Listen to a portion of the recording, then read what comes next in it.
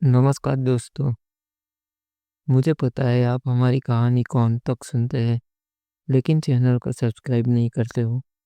दोस्तों, ये हमारी न्यू चैनल है, इसलिए आपका साथ चाहिए। आपको बस सब्सक्राइब का बटन ही दबाना है, जिससे मुझे मोटिवेशन मिलेगा। दोस्तों, अगर किसी महिला को मुझसे हुकअप या मीटअप करना हो तो मेरे डिस्क्रिप्शन में मेरी ईमेल आईडी पर ईमेल कर सकते हो। तो आइए शुरुआत करते हैं कहानी। ये कहानी हमारी एक बहुत ही खास सब्सक्राइबर ने भेजी है। मैं लगभग 2 साल बाद इस बार मायके आई थी।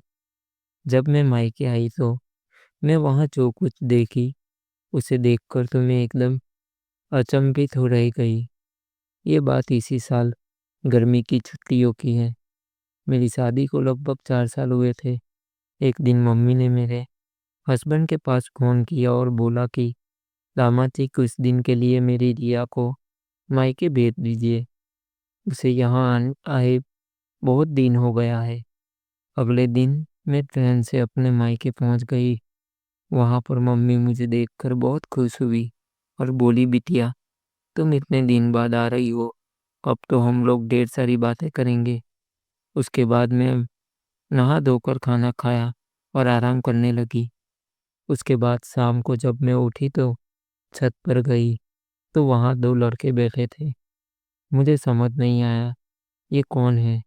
मैंने नीचे आकर मम्मी से पूछा तो उन्होंने बताया कि वो दोनों किराएदार हैं। वो किसी कंपनी में नौकरी करते हैं। बहुत अच्छे लड़के हैं। मैं बोली, अच्छा मम्मी। उसके बाद मैं फिर छत पर टहलने चली गई। ऊपर जाने की सीढ़ी भी घर के अंदर से ही थी, यानी कि वह लोग भी अंदर से ही होकर ऊपर छत पर जाते थे और इधर से ही उतर कर बाहर भी जाते थे। मैं जब टहल रही थी तो वह दोनों मुझे देखकर खूब मुस्कुरा रहे थे। मैं भी एक बार उन्हें देखकर हल्का सा मुस्कुरा दी। उसके बाद मैं उनके पास गई और बोली कि आप लोग कहाँ जॉब करते हैं? तो उन्होंने अपनी कंपनी का पता बताया। उसके बाद मैं उनसे बोली कि ये मेरी मम्मी का घर है। उन्होंने कहा, अच्छा आप मेरी मालकिन की बेटी हो? मैं मुस्कुराकर बोली, हाँ, मैं उनकी बेटी हूँ। तब तक उनमें से एक लड़का बोला, आप भी अपनी मम्मी की तरह ही हो। मैंने बोला, क्या मतलब? तो वो बोला, वो भी बहुत खूबसूरत है और आप तो उनसे भी ज़्यादा खूबसूरत हो। मैं मुस्कुराकर बोली, क्या बात है? तुम लोग यहाँ मेरी मम्मी की खूबसूरती देखने के लिए रुके हो? मैं बोली, ठीक है मम्मी, आप आप जाइए। फिर मैंने ब्रश किया और उसके बाद नाश्ता किया और थोड़ी देर हस्बैंड से बात की। फिर मैंने सोचा, लाओ थोड़ा स्नान कर लेती हूँ। मैंने तौलिया खोजा, लेकिन वो नहीं मिला क्योंकि मम्मी को आने में अभी समय था। इसलिए मैंने सोचा, ऊपर के वो दोनों लड़के भी ऑफिस चले गए होंगे।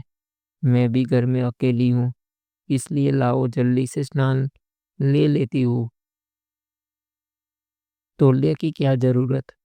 उसके बाद मैंने स्नान किया और तौलिया तो थी ही नहीं। तो मैं तो मैं वैसे ही सोची कि जाकर रूम में सुन धार कर लूँगी, क्योंकि कोई घर में तो है ही नहीं, कौन देखेगा? यही सोचकर जैसे ही मैं आंगन में पहुंची, मैं एकदम दंग रह गई। सामने ऊपर वाला किराएदार लड़का खड़ा था।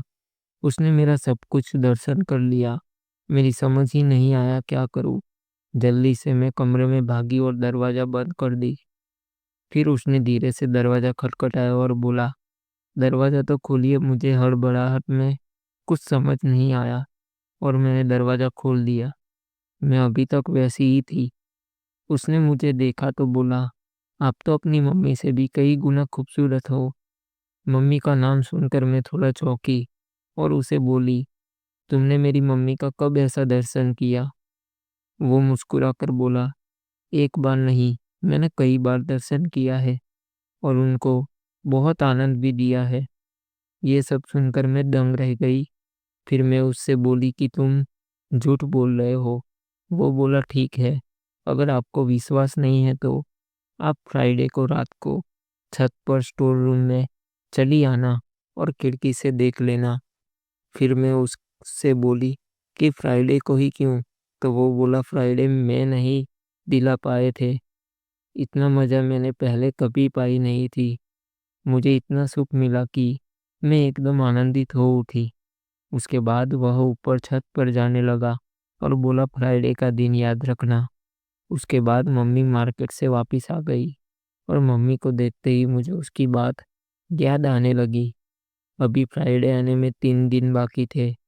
मैंने किसी तरह 3 दिन बिताया और फ्राइडे को खाना खाकर जल्दी से सो गई ताकि रात में जग सकूं। उस दिन पापा की ड्यूटी भी रात में थी। वो खाना खाकर ऑफिस चले गए थे। 11 बजे के आसपास अचानक मेरी नींद खुली तो मैं मम्मी के रूम की तरफ गई। वहाँ सच में मम्मी नहीं थी। अब मुझे विजय के बात पर कुछ विश्वास होने लगा। फिर मैं धीरे धीरे बिना चप्पल पहने ही छत पे जब मैं स्टोर रूम के पास पहुंची तो उसका दरवाज़ा अंदर से बंद था। मैंने सोचा शायद आज मैं देर कर दी, लेकिन तभी मैंने विजय के कमरे की तरफ देखा तो कमरे की लाइट जल रही थी। मैं धीरे धीरे बिना आवाज़ किए विजय के कमरे की खिड़की से अंदर झांकी तो आज तो लाइट भी जल रही थी। आज सब कुछ एकदम साफ साफ मैं दर्शन कर पा रही थी। मम्मी इतनी खुश और आनंदित हुई जा रही थी कि मैं क्या बताऊँ। तभी मम्मी की नज़र खिड़की पर पड़ी और उन्होंने मुझे अंदर झांकते हुए देख लिया। वो एकदम सन्न रह गई। उन्होंने इस बात का अंदाजा भी नहीं था कि ऐसा कुछ भी हो भी सकता है। मैं चुपचाप नीचे भाग कर आई और अपने रूम में सोने लगी। मैंने देखा कि लगभग 5 मिनट बाद मम्मी नीचे आई और अपने कमरे में चली गई। उसके बाद मुझे पूरी रात नींद नहीं आई। मैं यही सोचती रही कि सुबह मैं मम्मी से क्या बोलूँगी। उनको पता नहीं कैसा लग रहा होगा। यही सब मैं सोचती रही और सुबह हो गई। उसके बाद क्या हुआ ये मैं बाद में आपको बताऊँगी। तो दोस्तों, कैसी लगी हमारी ये कहानी आप ज़रूर बताइएगा। धन्यवाद।